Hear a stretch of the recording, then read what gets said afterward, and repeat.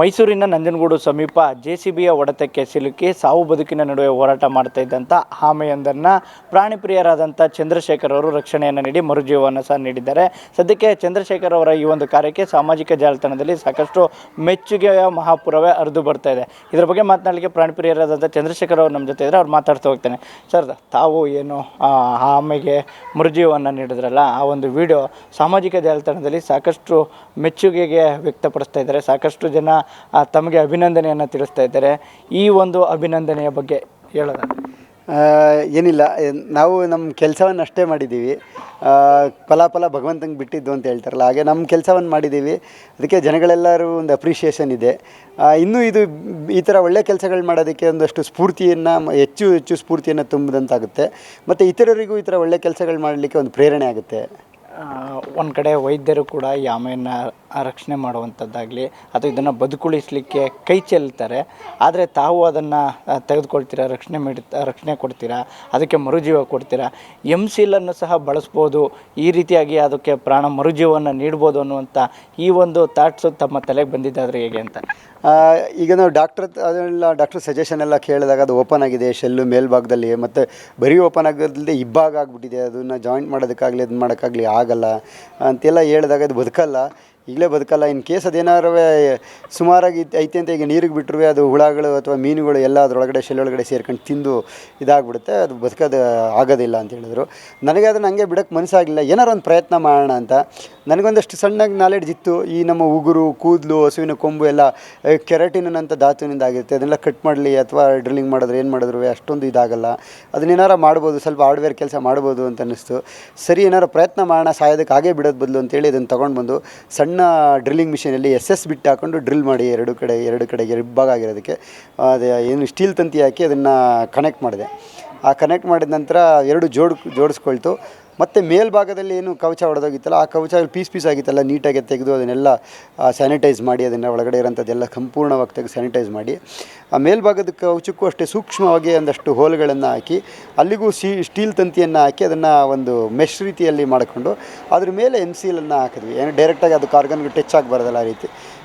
ಮತ್ತು ಇನ್ನೊಂದು ಲೇಯರು MCLನ್ನು ಹಾಕಿ 2 ಲೇಯರ್ ಮಾಡಿ, ಡಬಲ್ ಲೇಯರ್ ಮಾಡಿ ಒಳಗೆ ಟಚ್ ಆಗದೆ ಇರೋಂಗೆ ಮಾಡಿದ್ವಿ. ಮಾಡಿದ ನಂತರ ಅದು ಫಸ್ಟೇನು ಓಡಾಡ್ತಾ ಇರಲ್ಲ, ಇದು ಮಾಡ್ತಾ ಇರಲ್ಲ, ಹಾಗೆ ಇತ್ತು ಆರಂಭದಲ್ಲಿ. ಅದು ಇನ್ನು ಏಟಾಗಿದ್ದಾಗ ಆಮೇಲೆ ಸ್ವಲ್ಪ ಅಬ್ಸರ್ವ್ ಮಾಡ್ತಾ ಓಡಾಡಲಿಕ್ಕೆ ನಡೀಲಿಕ್ಕೆ ಶುರು ಮಾಡ್ತು, ನೀರಲ್ಲಿ ಈಜಲಿಕ್ಕೆ ಶುರು ಮಾಡ್ತು, ಆಹಾರಗಳನ್ನ ಹಾಕಿದ್ರೆ ಆಹಾರ ತಗೊಳ್ಳಿಕ್ಕೆ ಶುರು ಮಾಡ್ತು. ಸ್ವಲ್ಪ ನಮಗೆ ಸ್ವಲ್ಪ ಕಾನ್ಫಿಡೆನ್ಸ್ ಬಂತು, ಬದುಕ್ತಾ ಇದೆ, ಚೆನ್ನಾಗಿ ಆಗ್ತಾಯಿದೆ, ಇದು ಭಗವಂತನ ಕೃಪೆ. ನಾವೇನೇ ಪ್ರಯತ್ನ ಮಾಡ್ಬೋದು, ಪ್ರಯತ್ನ ನಾವಷ್ಟೇ ಮಾಡ್ಬೋದು, ಅದರ ಫಲ ಎಲ್ಲ ಭಗವಂತನಿಗೆ ಅಂತೀರ.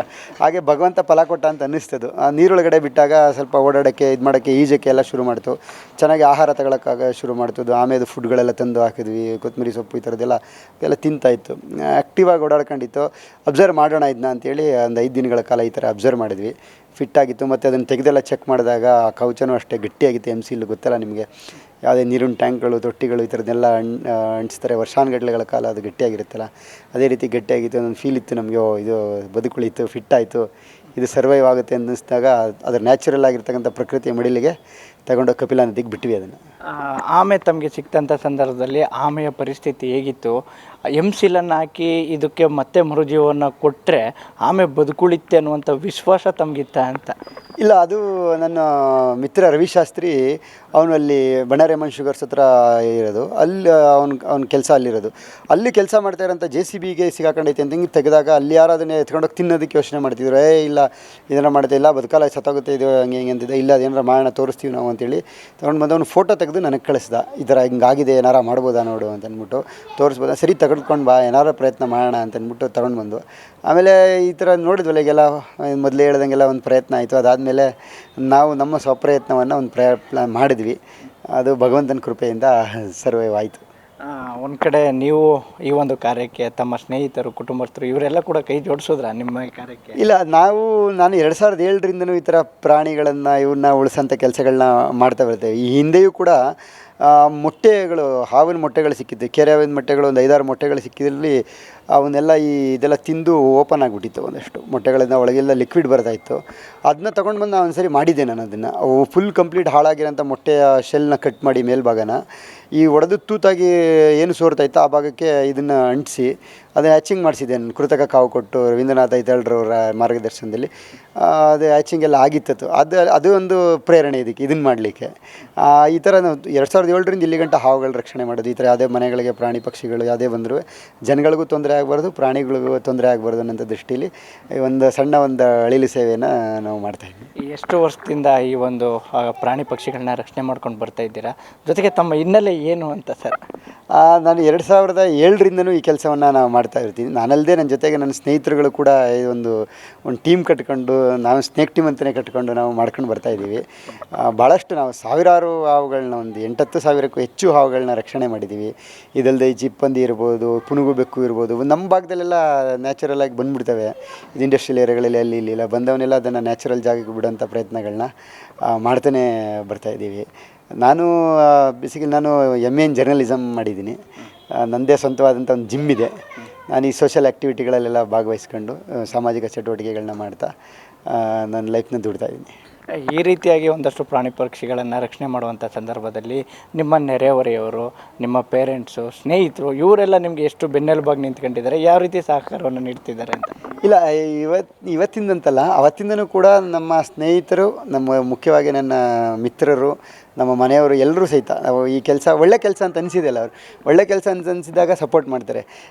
ಹಂಗಾಗಿ ಆ ಥರ ಆಗಿಲ್ಲ ಅಂತಂದರೆ, ಈಗ ಅರ್ಧ ರಾತ್ರಿಯಲ್ಲಿ ಫೋನ್ ಬರುತ್ತೆ, ಎಲ್ಲೋ ಮನೇಲಿ ಏನೋ ಹಾವು ಸೇರ್ಕೊಂಡಿದೆ, ಇನ್ನೊಂದಿದೆ ಅಂತ.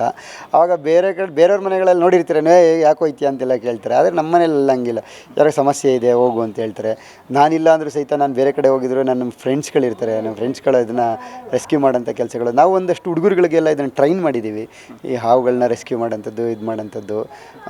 ಏನೋ ಒಂದು ಸಮಾಜಕ್ಕೆ ನಾವೇನಾದ್ರು ಒಂದು ಸಣ್ಣದಾಗಿ ಏನಾರು ಅಳಿಲು ಸೇವೆ ಮಾಡಬೇಕಲ್ಲ ಅನ್ನೋ ದೃಷ್ಟಿಯಿಂದ ಈ ಥರದ್ದು ಮಾಡಿದ್ದೀವಿ. ಹೊಸ ಹುಡುಗರುಗಳು ಈಗ ಮುಂದೆ ಬಂದಿದ್ದಾರೆ, ಮಾಡ್ತಾಯಿದ್ದಾರೆ. ಇದರ ಭಾಗವಾಗಿ ನಾವು ಮುಂದುವರ್ಸ್ಕೊಂಡು ಹೋಗ್ತಾಯಿದ್ದೀವಿ.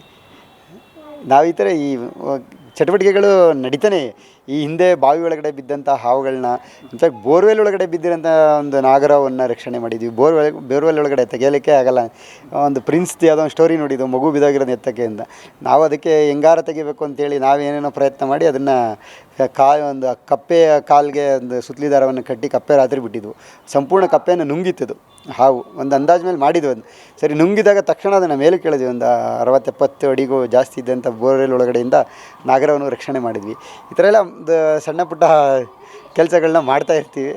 ಈಗ ಅವತ್ತು ಆಮೆಯನ್ನು ರಕ್ಷಣೆ ಮಾಡಲಿಕ್ಕೆ ಆಗಲ್ಲ, ಬದುಕಿಸ್ಲಿಕ್ಕೆ ಆಗಲ್ಲ ಅನ್ನುವಂಥ ಮಾತನ್ನ ಹೇಳಿದ್ರಲ್ಲ ವೈದ್ಯರು, ಅವರು ಈ ಒಂದು ಕಾರ್ಯವನ್ನು ನೋಡಿದ ಮೇಲೆ ಅವರು ಯಾವ ರೀತಿಯ ರಿಯಾಕ್ಷನನ್ನು ಕೊಟ್ಟರು ಸರ್ ಅಂತ?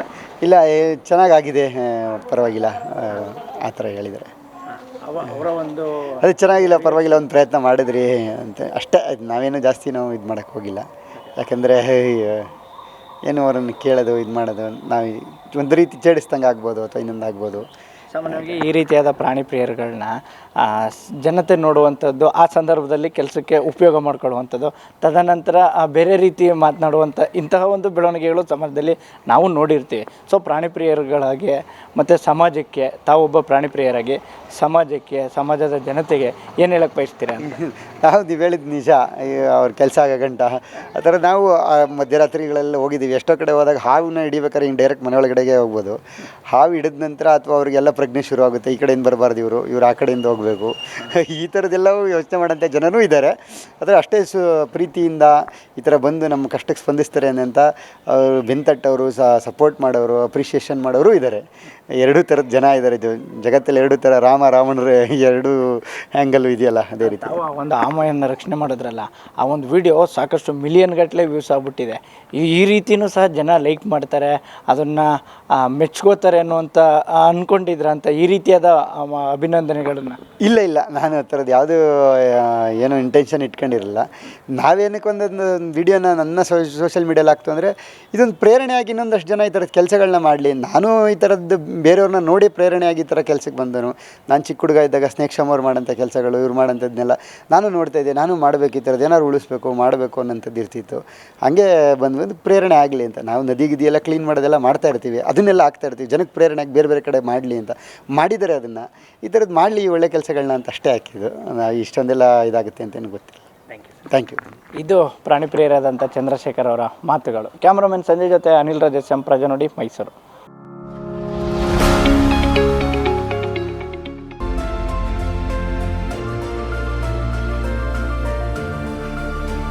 ನೈಜ ಸುದ್ದಿಗಾಗಿ ನೋಡ್ತಾ ಇರಿ ಕನ್ನಡಿಗರ ಪ್ರಜಾನುಡಿ ದಿನಪತ್ರಿಕೆ.